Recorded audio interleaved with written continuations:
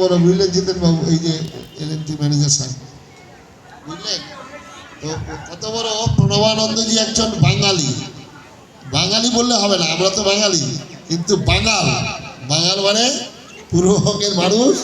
এইরকম বাংলা ভালো শুদ্ধ ভাষায় কথা নেয় ওদের। তো কেমন আছেন, খাইছেন, যাইছেন, কোথার থেকে আইছেন, এইরকম ধরনের ভাষা। সেই ভাষার মানুষটি গয়া হলো বিহার। আর পান্ডাদের দৌর্দণ্ড প্রভাব, দৌর্দণ্ড শক্তি জীবন্ত মানুষকে মেরে ফেলে দিচ্ছে। সেই জায়গায় তাদের সঙ্গে লড়াই করে সংগ্রাম করে তিনি গয়া প্রথম আশ্রম তৈরি করছেন।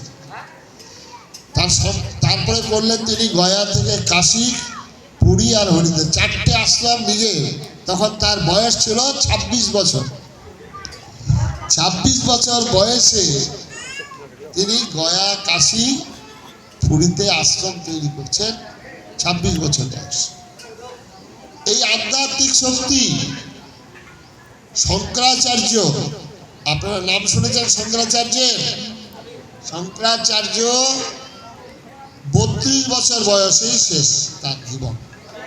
তার মধ্যে 4টে ধাম তৈরি করেছেন। সমগ্র ভারতবর্ষের মানুষকে একতাবদ্ধ করার জন্য, ধর্মে উদ্বুদ্ধ করার জন্য 4টে আশ্রম তৈরি করলেন। একটা পশ্চিম ভারতে, একটা উত্তর ভারতে, একটা দক্ষিণ ভারতে, একটা পূর্ব ভারতে। মাত্র 32 বছর বয়স, পায়ে হেঁটে। তখন তো আমাদের মতো এরকম গাড়ি ছিল না। আরেকটা জিনিস হয়েছে কি, তখন যেটা মতবাদ যেটা চালু হয়েছিল, বৌদ্ধ মতবাদ, সেটাকে খণ্ডন করে অদ্বৈত মতবাদের মধ্য দিয়ে তিনি সনাতন হিন্দু ধর্মের প্রতিষ্ঠা, জাগরণ ঘটালেন। আর এই সাধু সন্ন্যাসীরা জঙ্গলে, পাহাড়ে, নদীতে, পর্বতে ঘুরে বেড়ান। এই সাধু সন্ন্যাসীদেরকে 10টা নাম দিয়ে, গিরি, পুরী, ভারতী, এইসব নাম দিয়ে তিনি একতাবদ্ধ করেন। এত অবদান শঙ্করাচার্যের, অবদানের কথা শেষ নাই। আমাদের সনাতন হিন্দু ধর্মে শঙ্করাচার্যের কথা না বললে একদম একদম বিরাট ক্ষতি হয়ে যাবে। এই শঙ্করাচার্য মাত্র 32 বছর বয়স। এরপরে আসবে হলো বিবেকানন্দ।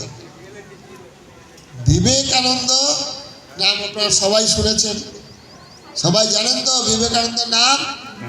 এখানে যারা আছো মণিগ্রামের আদিবাসী ভাই, তোমাদেরও নামটা জানতে হবে। বিবেকানন্দ, যার নাম ছিল নরেন্দ্রনাথ দত্ত। এই বিবেকানন্দ তিনি 23 বছর বয়স,